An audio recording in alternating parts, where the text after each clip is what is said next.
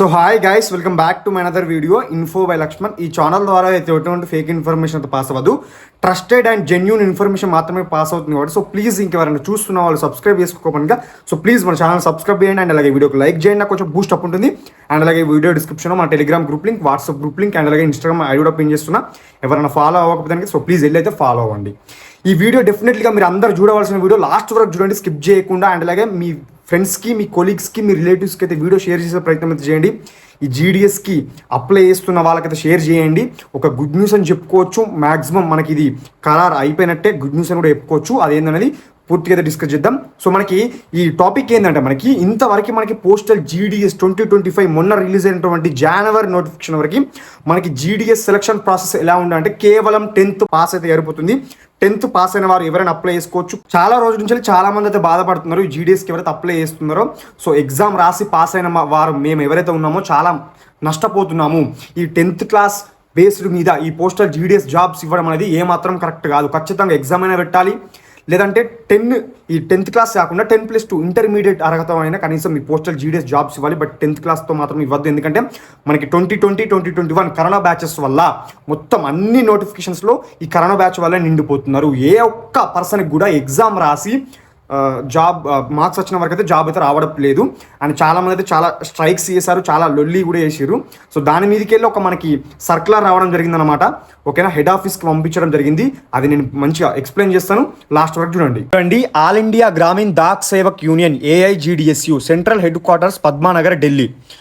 ఒకటి చూడండి, డేట్ చూసుకున్నాక 28/5/2025 మొన్న రీసెంట్గా 3-4 డేస్ బ్యాక్. సో ఎవరికి పంపిస్తున్నారు ఈ AIGDSU వాళ్ళు? ఇక్కడ పైన చూసుకోండి, president B Venkateswarlu, general secretary SS Mahadevaiah garu. వీళ్ళు ఎవరికి పంపిస్తున్నారంటే to MS Vandita Kaulji, secretary department of post, Dak Bhavan, New Delhi. ఓకేనా, మనకి ఈ పోస్టల్ డిపార్ట్మెంట్కి సెక్రటరీ అనమాట, అంటే హెడ్ అనమాట, బాస్ అనమాట ఈ వందితా కౌల్జీ గారు. ఓకేనా, సబ్జెక్ట్ చూసుకున్నాక proposal for modification in GDS online engagement process, introduction of screening test after selection.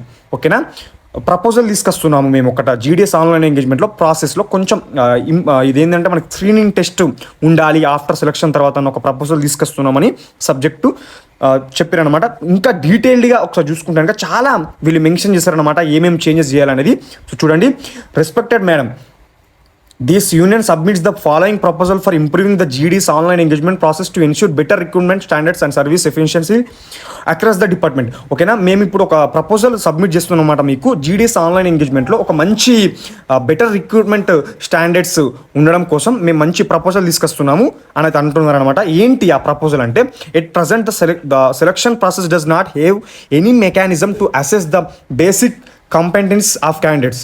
We propose the introduction of screening test of 50 marks and 1 to 2 hours in duration to be conducted for selected candidates before final appointment as deemed suitable. This will ensure minimum standards of aptitude among the incoming GDS. We also propose upgrading the minimum qualification for GDS online engagement to 10+2.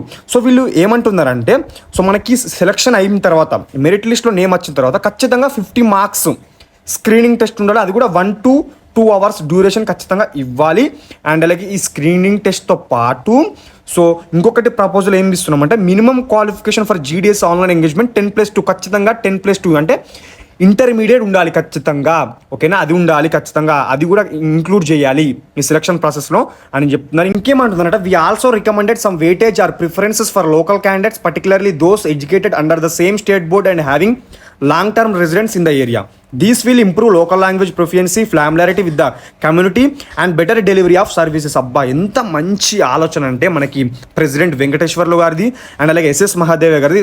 చాలా appreciate అయితే చేస్తుంది అనమాట. ఎందుకంటే వీళ్ళు చూడండి, same మనమైతే ఎలా అనుకుంటున్నామో మన ఆస్పిరెంట్స్, మన మైండ్ సెట్ని వాళ్ళు అర్థం చేసుకొని మన GDS బాగుల కోసం వాళ్ళు GDS తరఫున ఎంత పోరాడుతున్నారని మీరు ఒకసారి గమనించండి. వీళ్ళు ఏమంటుందంటే, కొంచెం వెయిటేజ్ ఇవ్వాలి, డిఫరెంట్ ఖచ్చితంగా వెయిటేజ్ ఇవ్వాలి, లోకల్ క్యాండిడేట్స్కి ప్రిఫరెన్సెస్ ఇవ్వాలి. అండ్ అలాగే సేమ్ స్టేట్లో ఎవరైతే చదివారో వాళ్ళకి ప్రిఫరెన్స్ ఇవ్వాలి. ఇప్పుడు ఎగ్జాంపుల్ ఏంటంటే, ఇప్పుడు నాది తెలంగాణ, నేను ఆంధ్రాకి అప్లై చేద్దాం అనుకుంటున్నా, అలా నాకు ప్రిఫరెన్స్ ఇవ్వరు. అక్కడ ఎవరైతే ఆంధ్ర వాళ్ళు ఉన్నారో వాళ్ళకి ప్రిఫరెన్స్ ఇస్తారు, తెలంగాణ వాళ్ళకి ప్రిఫరెన్స్ ఇస్తారు. అండ్ అలా ఇవ్వాలి అన్న ఒక మంచి ఆలోచన అనేది చాలా మంచి అదనమాట. ఎందుకంటే కొంచెం it's improves in community, better delivery of services అని వాళ్ళు చెప్తున్నారు అనమాట.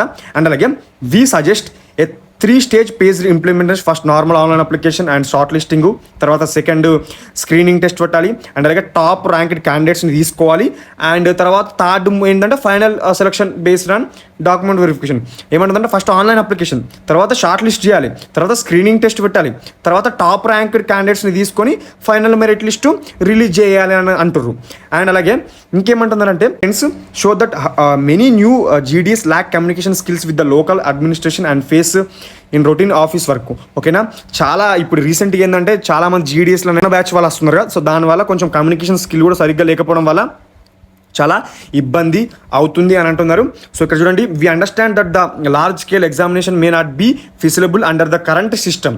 However this proposal offers a practical solution by imitating the screening test to the finally shortlisting candidates, keeping administration workload. ఓకేనా, ఇంకేమంటారంటే మేము అండర్స్టాండ్ అవుతున్నాం, ఎందుకంటే ఇంత పెద్దగా ఎగ్జామినేషన్ కండక్ట్ చేయడం అనేది చాలా కష్టము, మాకు అర్థమైపోయింది, కనీసం మేము ఇచ్చినటువంటి ప్రపోజల్ అన్నా ఇంప్లిమెంట్ చేయండి అని చెప్తున్నారన్నమాట. అండ్ అలాగే ఇంకొకసారి చూడండి, ఇక్కడ ఒక పాయింట్ మిస్ అయింది.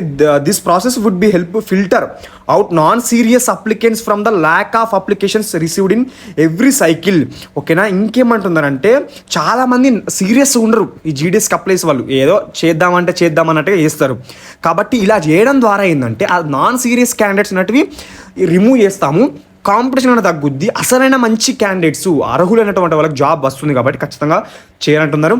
ఇక్కడ లాస్ట్ చూసుకుంటే we therefore request that the following steps be taken to ensure a fair and efficient improvement in the GDS online engagement process. ఇదన్నమాట. With regards your faithfully SS Mahadevaiah, general secretary garu. దీని మీద మీ opinion అంటే comment చేయండి కింద. మరి implement అయితే బాగుంటుందా, implement అవ్వకపోతే బాగుంటుందా? సో నేనైతే మెచ్చుకుంటాను డెఫినెట్లీ ఎస్ఎస్ మహాదేవయ్య గారు అయితే, వెంకటేశ్వర్లు గారు అయితే ఒక మంచి ప్రపోజల్ అయితే తీసుకొచ్చారనమాట. మన జీడీఎస్ అప్లికెంట్స్ ఎవరైతే మైండ్ సెట్లో ఏమైతే ఉందో ఖచ్చితంగా అక్కడ వాళ్ళైతే అక్కడ ప్రపోజల్ పెట్టిరన్నమాట. వందిత కౌల్ దగ్గర డిపార్ట్మెంట్ ఆఫ్ కోర్స్ సెక్రటరీ గారు అయితే. అండ్ డెఫినెట్లీగా అవ్వాలనుకుంటున్నాను, ఎందుకంటే 10th క్లాస్ బేస్డ్ మీద ఈ జీడీఎస్ జాబ్స్ ఇవ్వడం అనేది కూడా కరెక్ట్ కాదన్నమాట. ఎందుకంటే మనం ఇప్పుడు 90sలో లేము, 20sలో ఉన్నాం. ఓకేనా, ప్రజెంట్ ఉన్న టెక్నాలజీ యూజ్ చేసి చాలా మంచి బెటర్ సెలక్షన్ ప్రాసెస్ని ఖచ్చితంగా ఇంప్లిమెంట్ చేయొచ్చు. డెఫినెట్లీగా ఇంప్లిమెంట్ చేయాలని అనుకుంటున్నా. నాకు తెలిసి నెక్స్ట్ నోటిఫికేషన్ నుంచి చేంజెస్ అయితే డెఫినెట్లీ అవుతాయి. ఇందులో మొత్తం కాకపోయినా కొన్ని అయినా అవుతాయి డెఫినెట్లీగా, అందులో అయితే ఎటువంటి డౌట్ లేదు నెక్స్ట్ రిలీజ్ అయ్యే నోటిఫికేషన్లో. సో ఇది గ్యాస్ మరి వీడియో ఒక మంచి వీడియోతో సో మీ ముందు అంత టేక్ కేర్, బాయ్.